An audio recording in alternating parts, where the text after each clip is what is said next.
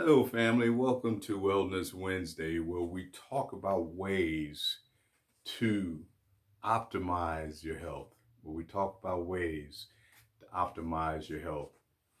Well, family, let me put this out here. I'm not a doctor, but I will say this: that I've been really large and really been involved in for quite some time, at least since 2005, on holistic health. I like it a lot.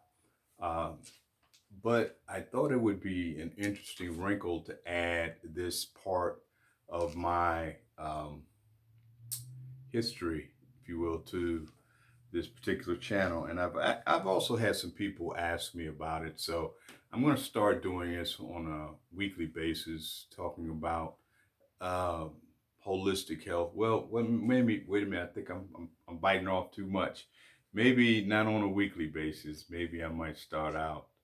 Uh, Maybe on a monthly basis or bi-monthly basis. I haven't really made my mind up, but today I'm going to share with you 10 reasons never to eat grains. 10 reasons never to eat grains. Now, I'm going to be coming from one of my mentors. I like Dr. William Davis.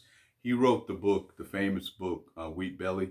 I'm sure many of you guys, if you're big time readers or in the holistic medicine, you guys are probably accustomed to it, or you've read it, or listened to or downloaded the book off of. I don't know if is it Amazon or one of those audio books channels that you can check it out on. But I strongly recommend it. It's a very good book. But as I said, we're going to talk about the 10 reasons to never eat grains. Now, if you ever wondered why it's been so difficult for you to lose weight, and it's been such a hard time for you to, control your diet in terms of, not wanting to eat so much sugar. You have all these issues in your family, and allopathic doctors. These are the guys that walk around in a white suits who take about 1 week, if and maybe in a good program, 2 weeks of nutrition. But these are the guys we're supposed to go talk to about nutrition, right? And these guys are always telling you that the reason why you have diabetes and certain autoimmune diseases is due to your heritage, or is due to the fact that it comes down. It's something that's related to being a part of your family and also good stuff. And often, sometimes that may be the case, but often it's not, because whatever your family is feeding you, they're eating the same thing. Often it's related to just nutritional deficiencies often. So I'm going to go ahead and get started now. I'm going to those 10 reasons why you don't want to eat grains. 10 big reasons. Number one is because of the gliadin derived opiate peptide. Okay, I'm not going to go into all that. Okay, it's a what it is this particular peptide can cross the blood-brain barrier, and what it does is, once it does that, it substantially increases your appetite, and it makes you gain weight. It substantially increases your appetite. So anytime you eat, say, a sandwich or a cupcake or anything made from a grain, some popcorn, any of that, you within 2 hours you're hungry again. It's because once that gliadin derived opiate peptide crosses the blood-brain barrier, it binds with the opiates cells in the brain, and it causes all kinds of problems. And it makes you want to eat more. That's all it does. Okay, number two, the gliadin-derived opiate peptide, it triggers behavioral outbursts in children who are prone to ADHD, people who have schizophrenia, people who are suffering. Actually, what it does, it causes 24-hour food obsessions in people prone to bulimia and binge eating. And it also causes depression and anger and anxiety and brain fog. Now, this is just from bread. This is from cakes. This is from anything that is originated from a grain, white flour, anything. If it's a white flour and it comes from a grain, this this peptide or protein, again, this is what it does once it enters into the human body. It causes a plethora of problems, both psychological, emotional, hormonal, and every other way. Right. Number three, gliadins initiate the process of autoimmunity.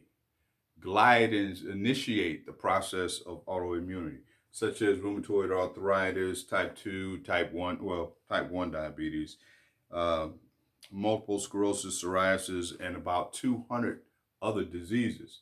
Now, that's in grains, you're going to have gliadins in them. And these little proteins, they wreak havoc in the body. I just gave you a few diseases that they initiate.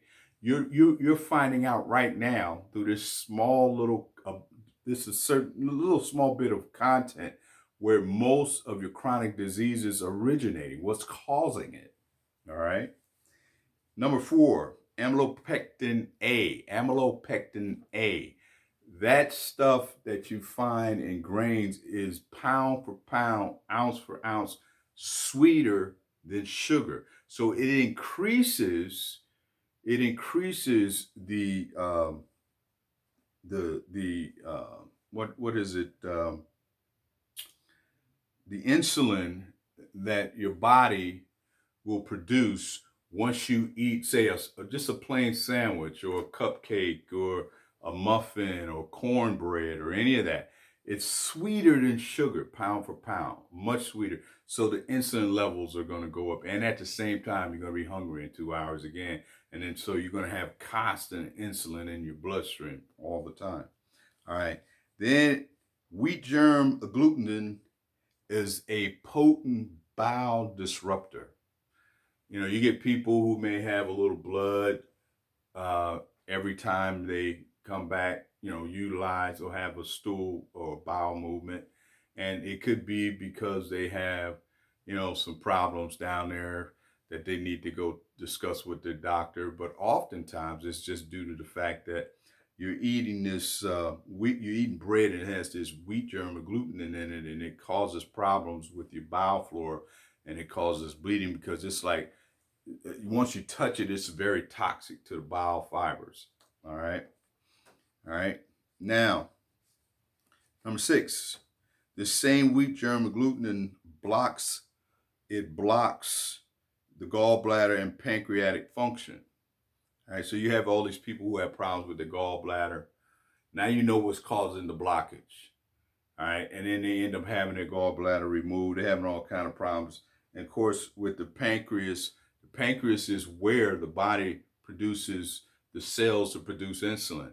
So you can understand why some people might end up coming down with type 1 diabetes. But it blocks the receptors from the cytokines that lead to impaired digestional issues, and it changes the gut flora. This is what grains does to the body. All right, it really wreaks havoc on what I call the 3D system, right? And the detoxification, the digestive, and the defense system, which is the immune system, the 3D system. This is what grains does. It pretty much destroys or immobilizes the 3D system in the body. All right, then number seven, grains or phytates block and it blocks the absorption of all positive charged minerals. Now, here's the minerals that are positively charged in the body. These are iron, zinc, calcium, and magnesium. How many times have you heard holistic doctors, I guess you'd say doctors, alternative medicine doctors, you might even hear herbologists say that, we don't get enough magnesium, we don't get enough calcium, we don't get enough zinc, we don't get enough iron. The reason you don't get enough of it is because grains, or the phytates that are found in grains, it blocks the absorption of iron, calcium, zinc, and magnesium. Now, I'm going to just give you just a couple. If you're eating grains, right, and you're eating something that's blocking the absorption of magnesium and zinc and iron and calcium, then here are some of the diseases, the deficiency diseases that you're going to start experiencing, right? Just for calcium: osteoporosis, high blood pressure, insomnia, kidney stones. This is calcium. This is deficiency of calcium. Remember, the phytates are doing it. It's blocking the absorption, right? PMS, low back pain with like sciatica, muscle spasms, disc problems in the back, panic attacks, cramps like twitches in your foot and your calf, your eyelids, your hamstrings, and your hamstring muscles. They're twitching all the time. That's calcium deficiency. These are signs of calcium deficiencies. All right. Magnesium deficiency, asthma, anorexia, menstrual migraines, depression, vertigo. You're almost going to fall, right? And tremors. And the last one is zinc. You ever seen animals that got a term for it in veterinarian medicine? It's called pica. What it is these animals will eat anything. They eat the wood. They eat all kinds of stuff, wool, whatever they can find, right? It happens in people too. You ever see people who eat nails, metal, lead paint, dirt, ice? Some of the weirdest thing you ever see. They're suffering from pica, which is a zinc deficiency. Prostate enlargement. How many black men, white men, men in general that grow up in America have prostate enlargement? Alopecia, no hair, right?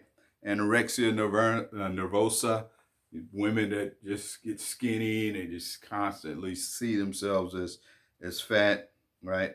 Anemia, infertility. How many women we know seem to have a hard time holding a job?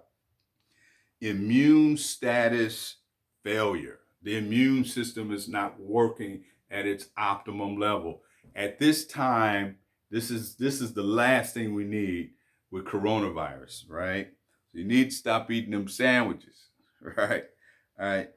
High infant death. These children that are just dying, right? And severe body odor syndrome. So you ever have people that have the underarms that just whoo, and no matter what they do, it doesn't seem to be able to do anything. There you go. Zinc deficiency. All right, let me move on. Now, number 8, multiple allergens are present. These are things that you will find when you eat grains. Multiple allergens are found in the grains.